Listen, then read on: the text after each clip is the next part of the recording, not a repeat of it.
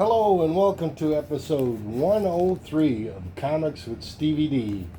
And this is a whole volume of Iron Man in one episode. So a spoiler alert if you're collecting the Invincible Iron Man. And one thing about this book, this series, it's all one story, all 20 volumes.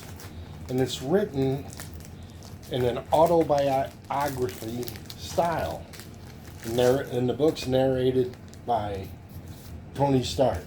He's writing a novel about his life, thinking that he might not be around in a ripe old age to do it, so he's trying to get it out of the way. So, here's the first cover, and the story is, it has flashbacks about his life throughout, and it has cameo appearances by many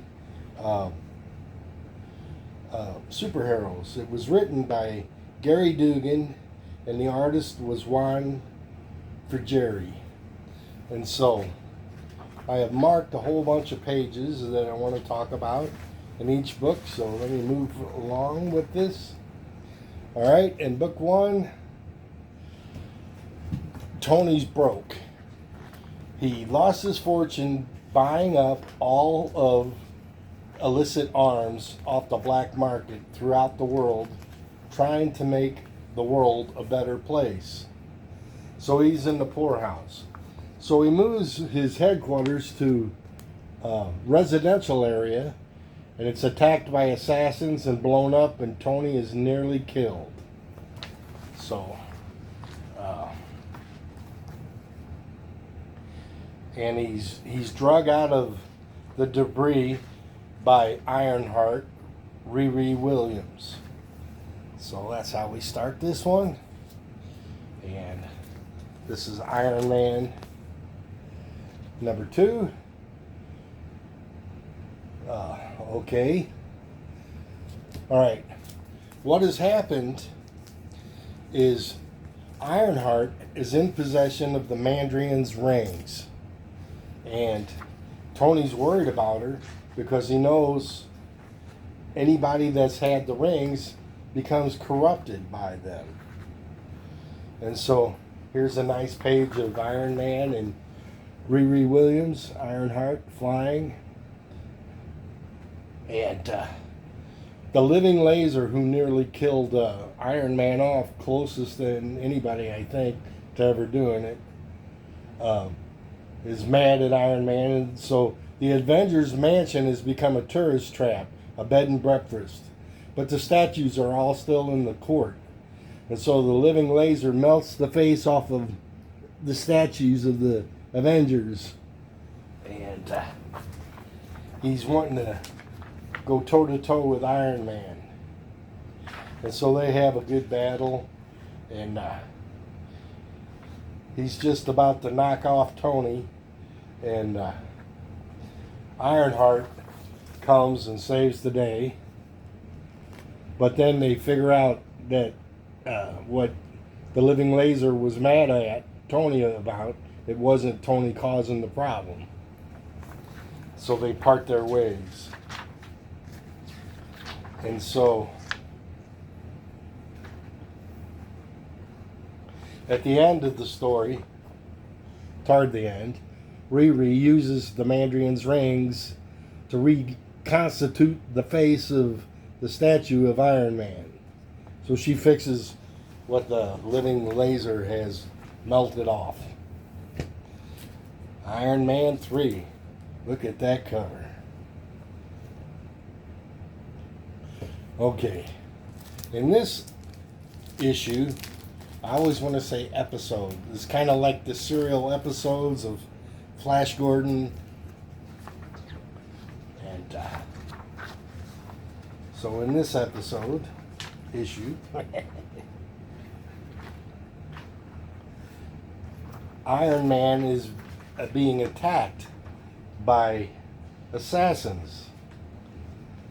And there they are, this trio, and they're using Stark tech.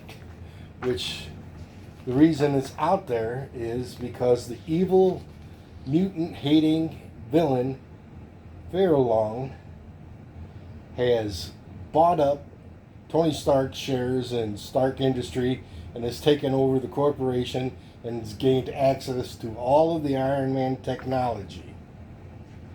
And so he battles with them, and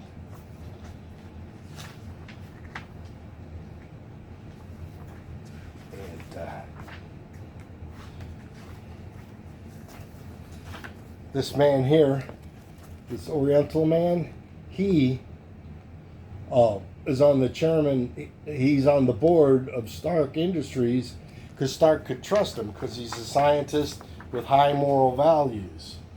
Well, Iron Man was doing battle with those guys, and they dropped Iron Man onto the guy's car at his laboratory, not Iron Man. This guy has his own business.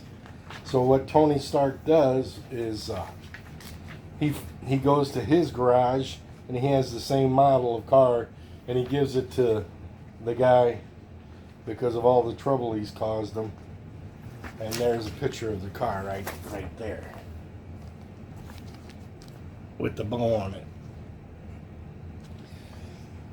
So eventually this man is murdered by Furlong and the group Orcus,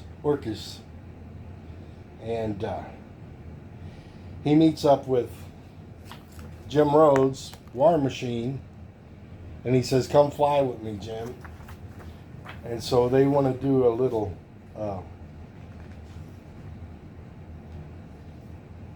recon at Stark Industries that sees what's going on. So they break in like burglars into his own company, and they get to this chamber here. And when they open the chamber, there's the most realistic Iron Man live image decoy, robotic decoy, and they do battle, and Iron Man and War Machine spray liquid nitrogen on him and freezes him up. He's a powerful one. And the guy is evil looking as he's being frozen, kind of straight out of the Terminator a little bit. And they destroy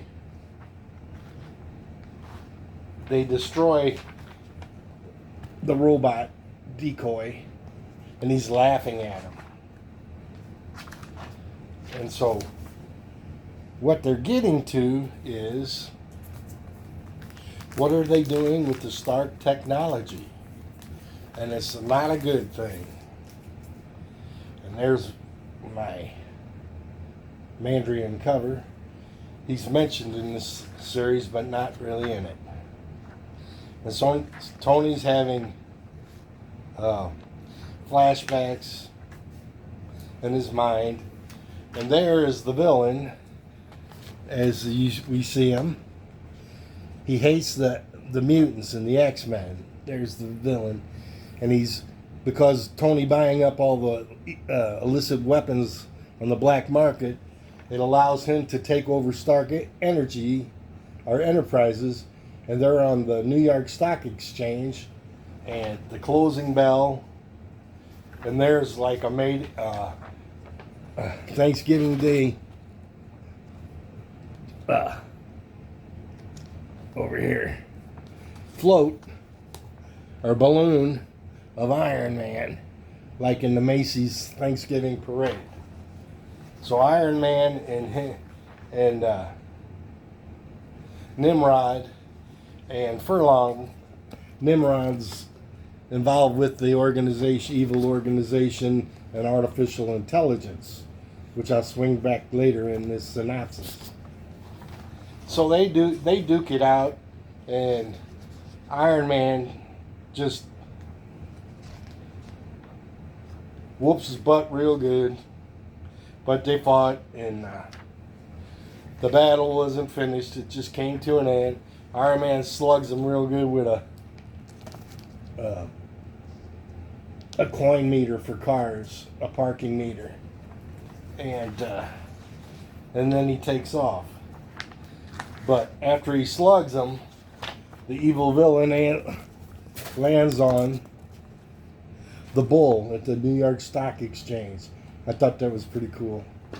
And some issues of comics have a lot of storytelling in them, and others just kind of roll along. And this issue had a lot of things going on. Now, because Tony Stark's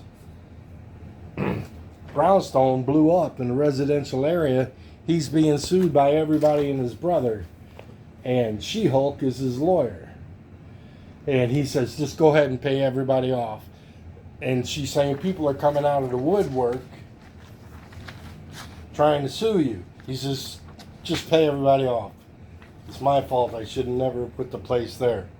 And so what Tony does, he goes to the edge of space and he floats. And he travels around the world by just moving up and positioning himself in space, and he lets the world rotate underneath him so he can travel quickly to other parts of the planet, which I thought was really cool Iron Man thing. And he meets up with Emma Frost, an X-Men that's still on Earth. Most of the X-Men and mutants have migrated off planet. And there's a nice image of her. So they haven't made a partnership yet, so that's all in the development. Excuse me, I dropped a couple of bucks. All right, here's a good Iron Man cover. Gru, baby Gru, I am Gru. And an Iron Man helmet, looking like a Christmas tree, but it's not a Christmas tree. Well, that was a pretty neat cover. I just like that cover. This series has some interesting artwork and covers. And this is issue 5C. Okay, one thing I like in comic books is the way artists draw horses. And there's Emma Frost and Tony Stark. He floated around the world to meet up with her, riding on the beach. And they're kind of talking things out because she's a mutant and she's sticking up for her people, and Tony is too. And they come to an accord where they're going to work together. And Tony, the playboy in him, gives her his iconic wink, the Iron Man wink. And so she just kind of looks at him sideways. That's kind of a neat shot. Like, oh, this guy's kind of into me a little bit. And so he flies off, and the evil organization is going through their motions, developing their secret weapon, which hasn't been displayed yet. And, well, anyway, Tony ends up in a warehouse, and he finds film canisters of his father. Okay? Tony's mother, father, stepmother, all of them are in here. And he's explaining to Tony about things. And so Tony, he's using his armor, and he goes into another Stark Industry plant, and he walks up to this giant foot.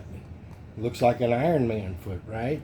Well, and he's shocked because what he finds is Stark technology built into a Sentinel.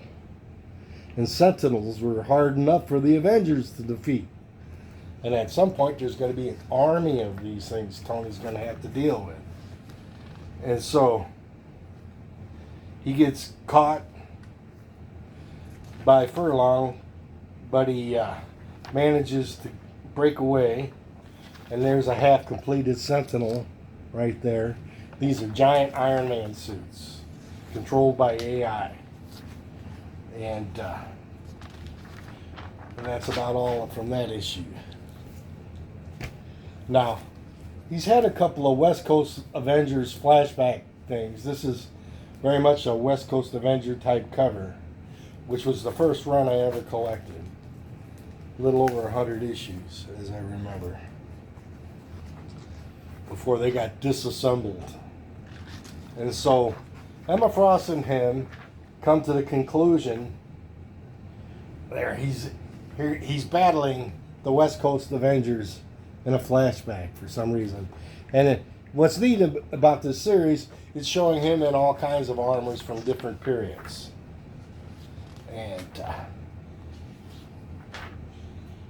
And then here's a flashback of the 90s curly hair of Tony Stark. And the comic books changes. And then in this issue, he's also having nightmares. And he's having nightmares about battling Magneto and stuff. And it kind of messes him up. So he's on an airplane trying to hook up again with Emma Frost. And he's developing a secret identity for Hazel, working for Stark Enterprises as a inside agent, and she can mask her mutant abilities with a ring that she has, and lots of cameos.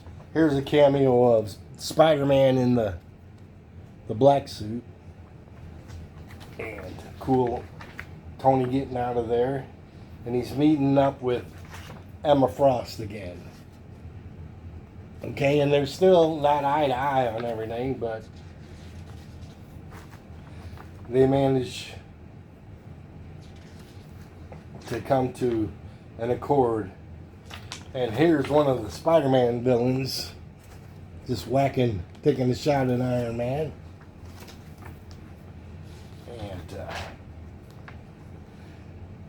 And then the Sandman.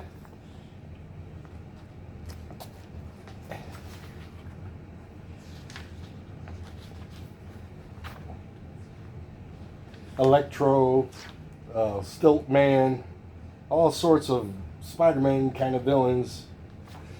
And back to changing the identity, Emma Frost becomes Hazel. And that's important as we continue through the episode. And so him and War Machine get together at the end of that issue number 7. This is your kind of a cliche but very iconic cover for Iron Man. He's always developing his armor, and there's always sparks, kind of like he's in a blacksmith shop, a 21st century blacksmith shop.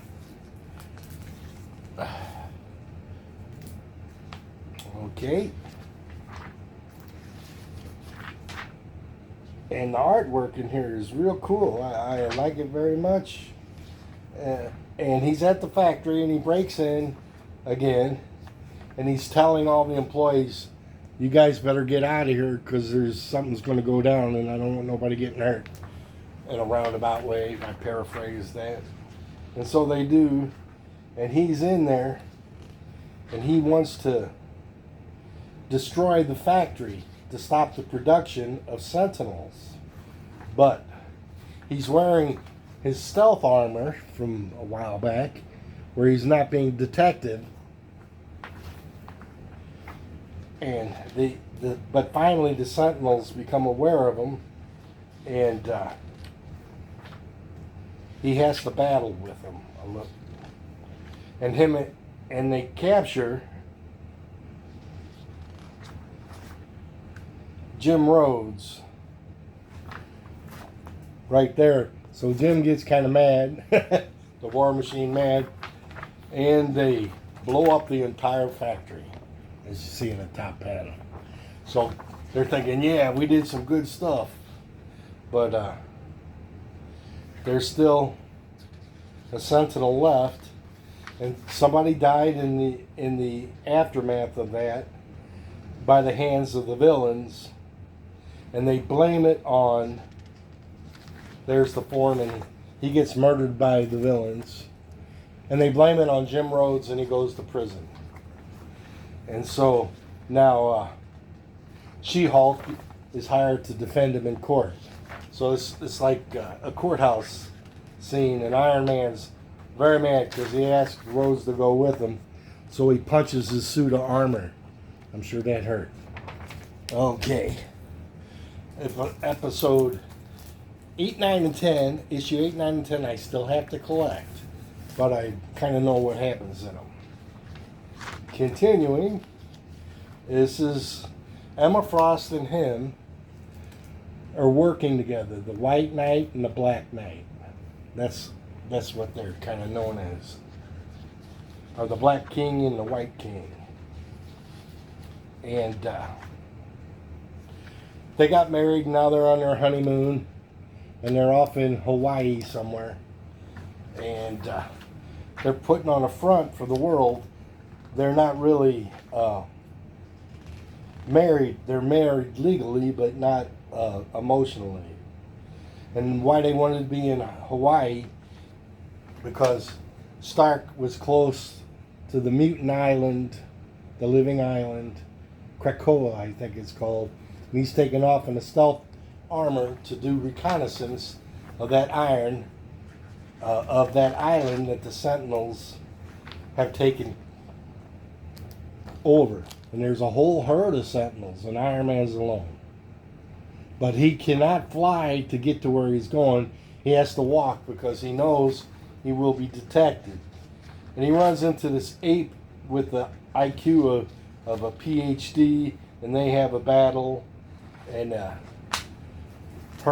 they're trying to get to her house because she has a limited supply in her house of Mysterium, a mutant metal that is supposed to be invulnerable to magic and to strength, to psychic energies, all sorts of things.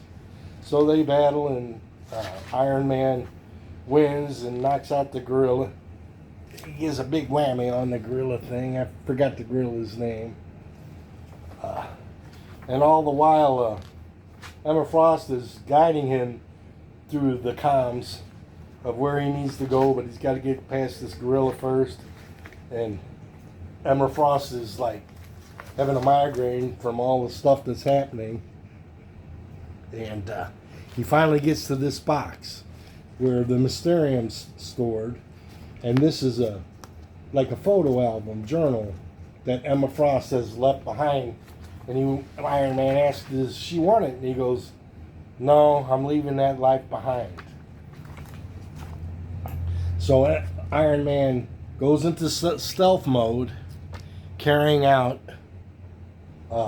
right here, carrying out the steamer trunk.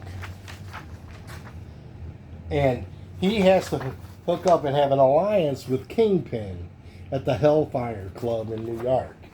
And Kingpin wants to get back with his wife, but he takes a part of the Mysterium and he develops this cane right here. And this is funny. This series has humor sprinkled throughout. And so he wants to test the Mysterium. So he takes it to Captain Marvel. She can't bend it. She can't put a dent in it. And then he takes it to Doctor Strange. And his spells he casts does nothing to it. So he finally hooks up with Spider-Man and says, hey, Spider-Man, you want to do an experiment? And Spider-Man goes, I'm a scientific guy and everybody always forgets that. I'd love to do an experiment with him. So Tony Stark whacks him in the leg with the cane. Oh yeah, your spider senses won't pick this up. And so Spider-Man limps out of that scene. So it's the Mysterium is super strong, and magic won't do anything to it, and spider senses, psychic energy. Here's another West Coast Avengers kind of cover. Dr. Henry Pym there, and Tigra, and the old Spider-Woman costume, and Iron Man. sometimes War Machine was in the West Coast Avengers, and Wonder Man and Scarlet Witch, all of them were in there. And so She-Hulk's in trial with Rhodey, trying to get him off, but he ends up having to go to jail. And she's mad because the justice system's not working. So she takes her rental car and slams it and destroys it. And the cop comes up to her, tipping his hat, and she goes, "Don't worry, I checked extra insurance box on the rental." And so Iron Man, this issue has a lot going on in it. Iron Man and Fisk is getting angry at Iron Man because he wants his woman back and he wants her right now. And he's used to having his way about everything. So while they're talking, Iron Man doesn't want to get into it with him. But in the meantime, Riri Williams, Ironheart, and Emma Frost and the guys of Hazel meet up at the front door. And they don't know each other, and they're feeling each other out. And the psychic ring or the mutant hiding ring that I told you about comes off because they're going to throw down. And the way they throw down is psychically, because she's wearing the Mandarin's rings, and she can do that. And Emma Frost has that ability. So this is all happening in their minds. So they're doing a battle. And this is what they look like while the battle's going on. They're just frozen. This is kind of the deepest dive I've ever done. But it's one story for 20 issues. It's not the way I like comic books, but it was a good story in the long run. And so when she had the ring off, it attracted a sentinel. And Tony knows there's only a minute before more sentinels will know where they're at. So they have to destroy this thing. And so when Iron Man was with Ironheart, he asked her to get him some PIM particles, and they build a weapon, and they shrink the Sentinel down to a small size, and they stop it out of existence. Emma Frost, Iron Man, Roy Williams, they're all, so the thing can't communicate with the other Sentinels and get to them. And then, of course, when good guys fight, they always make up. So they made up, they understand who they are and what's going on. Hazel is Emma Frost, and Riri's going to engineer spaceships to bring the mutants back from outer space where they're in exile. All this is happening around Thanksgiving, and there's a good superhero scene where they know everything's going wrong, but they still want to have a nice Thanksgiving dinner together. So continuing, Rhodes ends up in jail, and Tony Stark was able to convince the warden to give Rhodes this medal. If you look at it closely, there's a hint. It's the patron saint of prisoners. It's St. Anthony medal, like a St. Christopher medal. Okay. Now there's a cool cover. Covers by various artists, but the writing is what I'm really focusing on. The artwork is very good also. But this is a storyline. And so what Tony does, he hires two Skrulls to imitate him and Hazel or Emma Frost while they're gone on a mission, because they don't want anyone to know they're out of the Hellfire Club. So these two have a good time. They go to Rockefeller Center. They go ice skating. While Iron Man and Emma Frost meet up with Star Fox, who is continuously hitting on her throughout the thing. And they're going to this space station where the mutants have stored their cache of Mysterium. And so they get to the place, and it's when they go in, it's kind of like the bar scene from the first Star Wars movie. Aliens everywhere, weird stuff happening, games. debauchery. But when they get to where the cache is, they discover two opposing groups are trying to rob the same thing that they are coming to collect. But they don't want to kill these guys, so they're using non-lethal weapons on them. But there's just too many of them. So what Iron Man and Emma Frost do, she turns herself into a diamond, and from the Unibeam, he blasts a non-lethal weapon and bounces it off her in all the directions the diamond would bounce things, and it takes out everybody, but it doesn't kill anybody. And in the meantime, funny scene, Star Fox comes running in, dressed as a pregnant woman, trying to help them. But all in all, they get to the cache, and look at how much Mysterium there is. Just like a Raiders of the Lost Ark storage warehouse full. And so he sends Riri out into space to build, and there's the Christmas, to build the ships to bring the mutants back to Earth to fight Fairlong and Orcus and artificial intelligence. And there's the Skrulls dressed up as Tony and Emma Frost ice skating at Rockefeller Center under the big Christmas tree. And so the Skrulls go home, and Rory's out in space, and she meets up with a mutant, X-Men Forge, who can build anything. And Tony Stark engineered these plans, and Riri is smarter than Tony Stark, and they are talking smack to each other, but end up, being friendly. And then the dragon from the civilization the rings came from warned, they thought they were going to be being attacked by this dragon thing. But he comes to warn her, get rid of them rings. They're super dangerous. You're only going to bring harm to yourself and the people around you. And he takes off. So that's interesting. Here's a beautiful cover. 14. All right.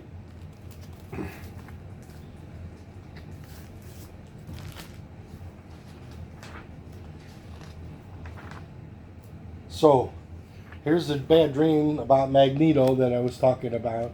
And he wakes up, and through Emma Frost's psychic ability, she could tell something was wrong with him in the middle of the night. They're in different bedrooms and stuff. They're not actually married, but they're falling for each other. And they had a moment of passion. They become lovers. And so they're falling for each other. And here's a beautiful picture of Emma Frost. I mean, that is absolutely gorgeous. And then they make love.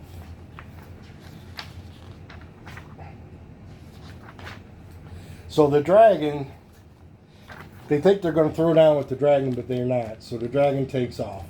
And her and Forge are left to build the ships. And they have to go to the home of the Smiths of Asgard to help them build the thing, because they can fabricate anything. And with the three of them, they can do the ships. But the elves, she builds the ships, and the elves are impressed with the craftsmanship, but they want to trick her and take the ships for themselves. But they have a battle, and the elves get their butt kicked summarily, and they leave there with their ships. But Forge has a sextant that is able to send things anywhere in the universe. So he puts the 10 rings of the Mandarin on it and sends them out throughout space in 10 different locations, far, far out in space. So Ironheart is free of the rings and the corruption that it'll bring.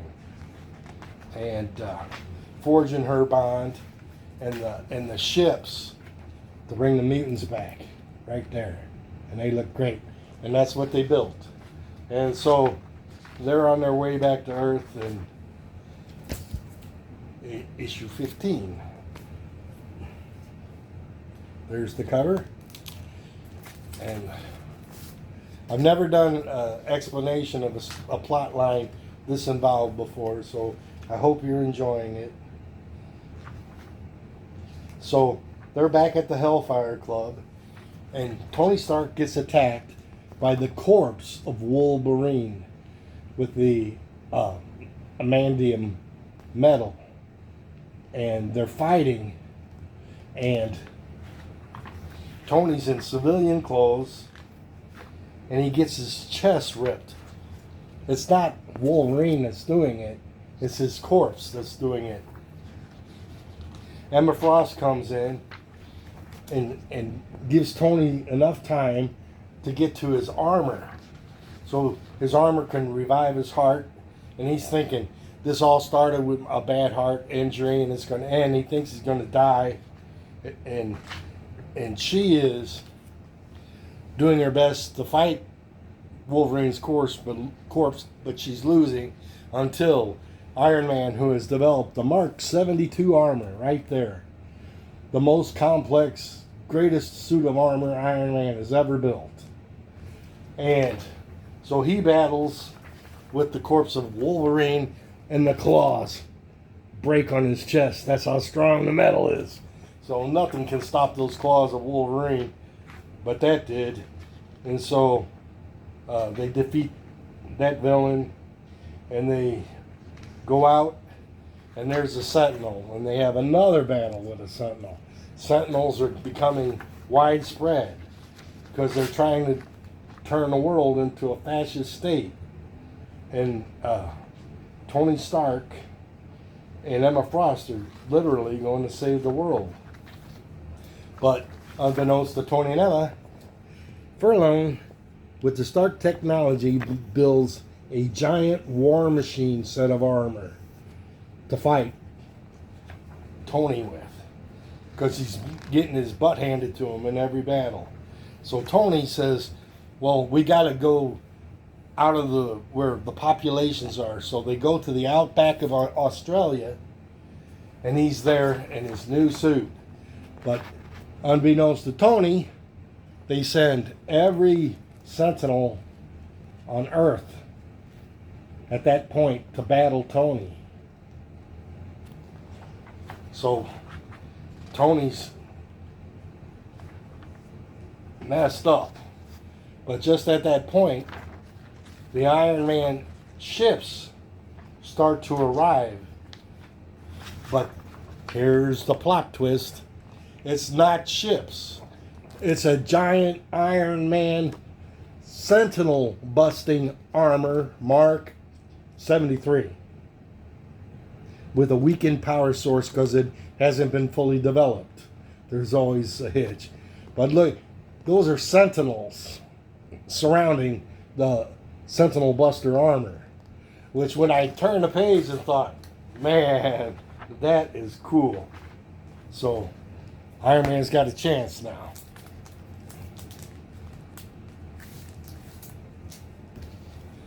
So here's a beautiful cover of the Mark 73 Sentinel busting armor. And Roy Williams Tony designed it and she built it. And so Tony goes to town on the Sentinels, whooping all kinds of Sentinel butt. He's just doing great. He's beating them all. And he's whomping them. And then all of a sudden, out of nowhere, Furlong shows up in the War Machine armor.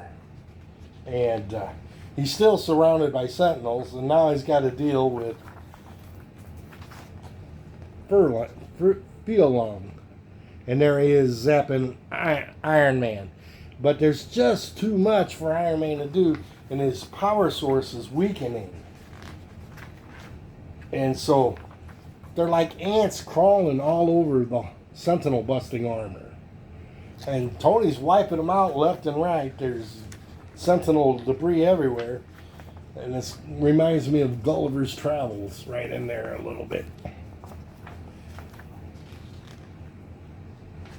And there's the big explosion. And Iron Man is taking the upper hand at this point. for a moment until Furlong, I don't know if I'm saying his name right, he gets a hold of Furlong and he's just whomping the crap out of him. You know, he's mad. You know, he's busting up the War Machine armor until Furlong makes a suicidal bid to go through the Unibeam to destroy the Sentinel busting armor to get the Tony Stark in the Mark 72 armor, which was the inner suit for the outer suit. He's lost his helmet and he's lost the power and the thing's disabled. Now the Sentinel and him are inside. Look at all the Sentinels Tony has taken down before it has happened. And anybody that reads Marvel Comics knows it's not easy to take one down. But, you know, a desert floor full. Just imagine the power of the Sentinel busting armor. And here is an homage cover to Tomb of Dracula. So I'll take this out and show you. It's showing Emma Frost about to impale Tony through his armor, his old-time armor. But there's the cover that they're homaging, that put it on the back. Everything's pretty much the same. Real cool, I think, when they do stuff like that. When they put the original on the back. And so here is Tony wrapped up in the innards of the good his Mark 73 armor. And now it's going into surrealism. He meets up with his birth mother and his stepmother. And they're talking. And she says, I never wanted you to be called Tony, just Anthony.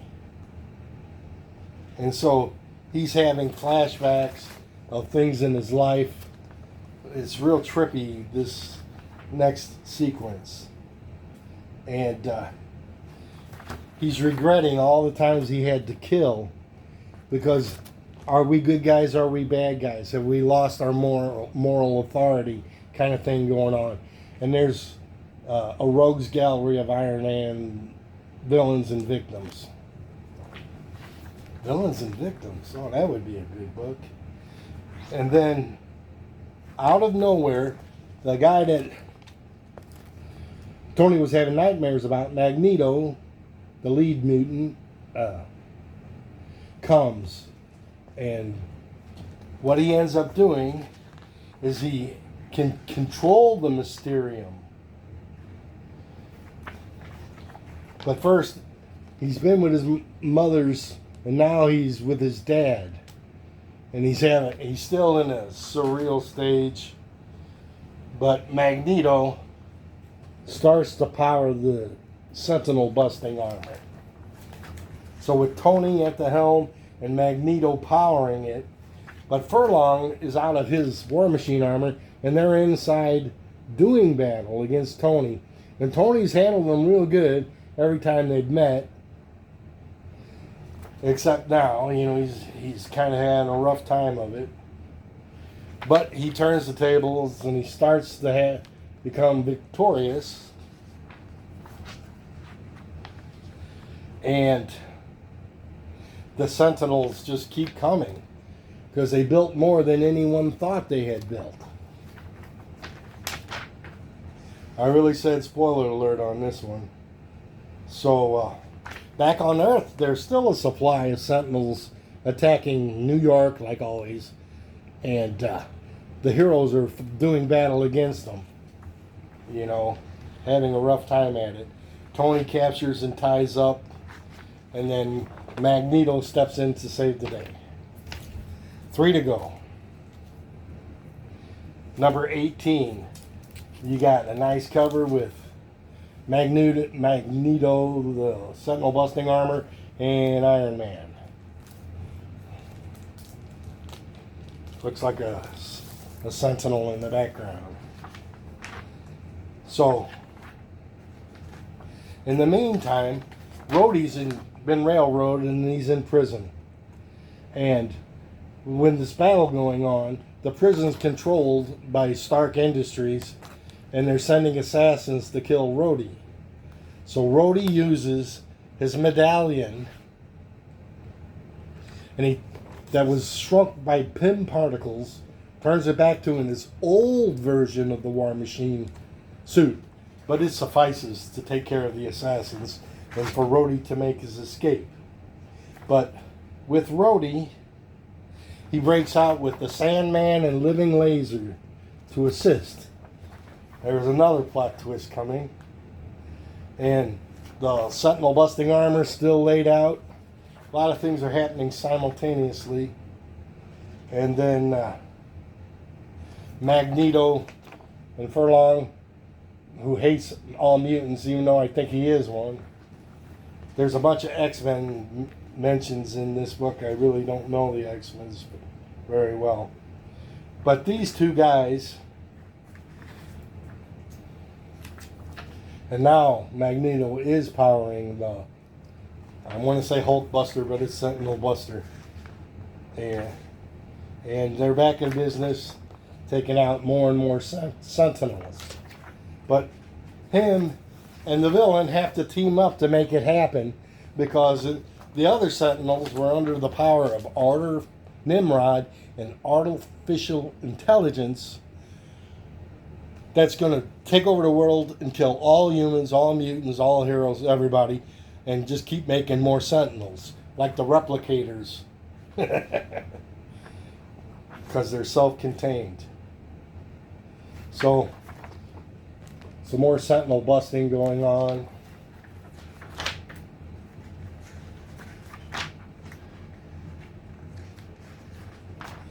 And Nimrod, the evil AI, faces Magneto, and he shoots out that Terrigen gas that the Black Bolt and them use on the moon, but it's poisonous to Magneto.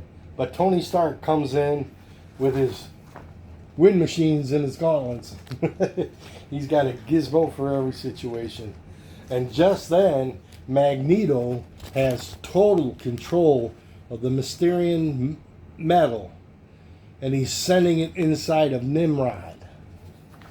And Nimrod's getting defeated by Iron Man and Magneto. But he says, I'll be back. I always come back, because he's artificial intelligence. So they destroy that, and Furlong is captured. They did not kill him, even though everybody wanted to kill him. Scotty Young cover. The only Scotty Young comic book I have. Because when I was younger, I used to think it was dumb to see all these cartoons. But I wish I would have known what I know now. But this is a good one, you know. I like this cover.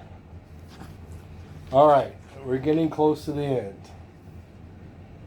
So, Rhodey goes into the villain's bar, and he's recruiting supervillains to help battle the Sentinels.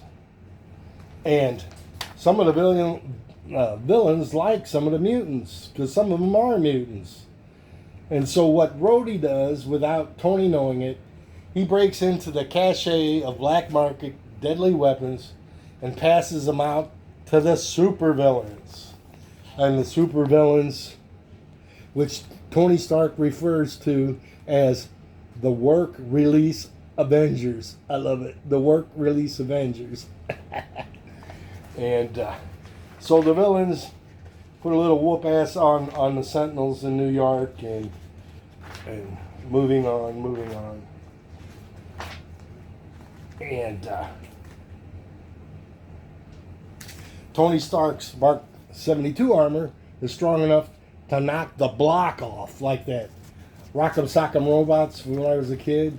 That's what that reminded me of, the Sentinel. So his Mark 72 is the best suit he's ever had. And so he's basically on the tail end of the battle. He goes up to space to take a breath, and he comes down super fast back to Earth, and he destroys the Sentinel And it's the day where the supervillains and the heroes get along real good.